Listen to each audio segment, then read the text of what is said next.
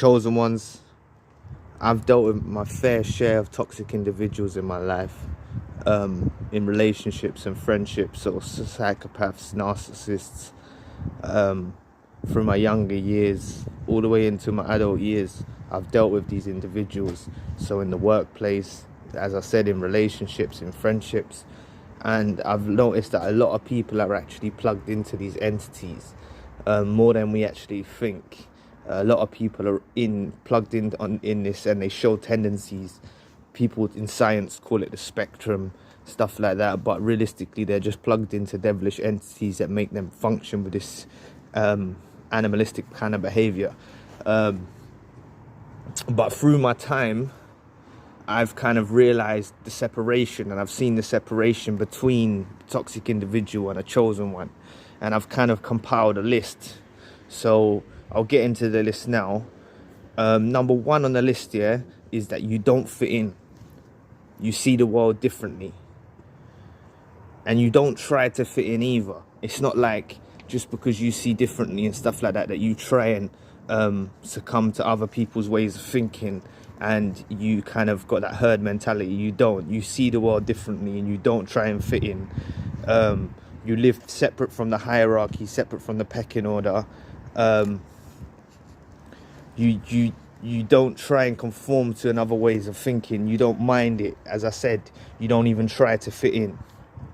So you keep to your word as well. Like you're your own person. You don't try and just conform to other ways of thinking. You stick to what you know, and you don't mind it. It's not like you feel left out of the group or of the pack or whatever. As I said, you live separate from the hierarchy, separate from the pecking order. So that's number one. You don't fit in. Please press the like and the subscribe button. Help your brother out. It'll take 2 seconds of your time. Okay, yeah. Number two on the list is you're highly empathetic. So you're very empathetic. You can almost take on other people's pain and other people's problems. And the thing is, you're actually very good at solving other people's problems when they're willing to listen to you and actually take on board what you got to say. So you're very good at like empathizing with people, relaying stuff back to them. You're able to pick out the fine details and pick up on the areas that they may have improved.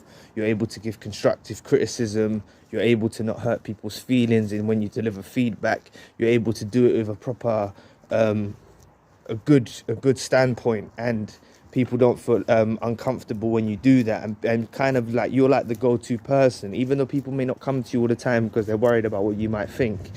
People do come to you when they're in need of actual real advice. So that's number two on the list. You're highly empathetic. Number three on the list is there's birth complications. So when you were born, the entities from the other realms, they tried to basically stop you from being born, because you was a chosen one and you was anointed and you had the light. They wanted you to stop you from being born. So the entities, but obviously God and the universe didn't allow that to happen, because you're here now listening to this video.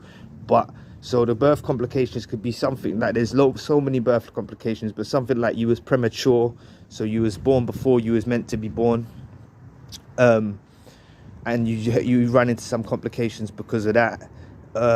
Like you're overdue, so you come out later than planned, and there was birth complications due to that. It could be something like the umbilical cord around the neck. And this was entities trying to stop you being born. So they're just birth complications. So something, it's not always the case, but I've found it in a lot of chosen ones instances, they have birth complications. So that's number three on the list, birth complications. Number four is you value alone time. You value solitude. You get things done in your alone time. You're able to really blossom in your alone time. It's not like you don't enjoy social company and you don't enjoy being social, but you do value your alone time. It's something that you really recognize. You might, people have different forms of meditation and prayer, and you really, or even just sitting alone, recharging your energy. You truly value alone time. So I've noticed that's a sign of a chosen one as well. So especially post-awakening, you start to really value your alone time. Pre-awakening, you're a bit confused why you feel like this, you know, you don't really know. But post-awakening, yeah, you really do value your alone time and your solitude, and as I mentioned, you get things done.